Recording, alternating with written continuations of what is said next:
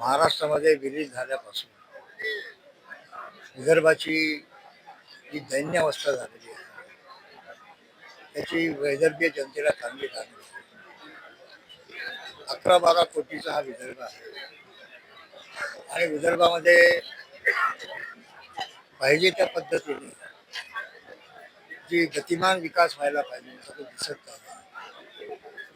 रस्ते बनतायत, सडका बनतायत, फ्लायओव्हर बनतायत, परंतु विदर्भातील सर्वसामान्य जनता जी आहे ती मात्र ग्रास रूट लेवलच्या विकासापासून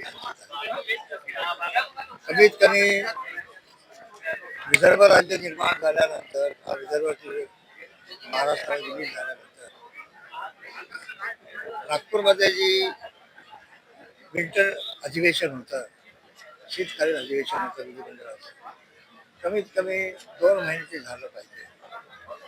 विदर्भाच्या अनेक प्रश्नाची तड लागली पाहिजे. विदर्भाला सातत्यपणाची वागणूक मिळते असं वैदर्भी जनतेला वाटतं कामा नये. अशी अपेक्षा होतीवर काहीच झालं नाही. नागपूर करारला झाला, त्याचं कोणत्याही पद्धतीचं पालन झालेलं नाही. विदर्भाचं दुर्दैव संपवायचं असेल तर स्वतंत्र विदर्भ राज्याशिवाय दुसरा कोणता पर्याय नाही आहे. विद्यमान सत्तेवर असलेले बीजेपी असेल त्याच्या भुवनेश्वरच्या अधिवेशनामध्ये ठराव केला आहे त्यांनी राष्ट्रीय कार्यकर्ते अधिवेशनामध्ये विदर्भ राज्याच्या मागणीचा. असं असताना केंद्रामध्ये राज्यामध्ये बीजेपीची सत्ता असताना अद्यापर्यंत विदर्भ होऊ शकला नाही. आणि त्याच्यामुळे आता हे अधिवेशन आहे, 7 दिवसाचं अधिवेशन आहे. काय झालं, काय जे काय व्हायचं ते झालं ते, पण कमीत कमी अधिवेशन संपण्याच्या आधी विदर्भाच्या विकासाकरता भरपूर अशा पॅकेज सरकारने दिलं पाहिजे, विकसित केलं पाहिजे अशी आमची अपेक्षा आहे.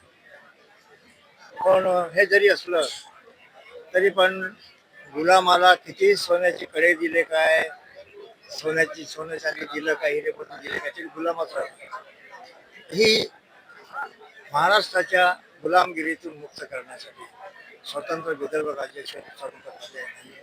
ही वैदर्भी जनतेची मागणी आहे. सरकारने मंजूर करावी आणि वैदर्भी जनता आशीर्वाद घ्यावा अशी आमची अपेक्षा आहे. धन्यवाद. आपल्यासोबत विधान परिषदचे आमदार जोगेंद्र कवाडे यांनी सांगितलं की विदर्भ राज्य वेगळा व्हायला पाहिजे, विदर्भ राज्य वेगळा होण्याची गरज आहे.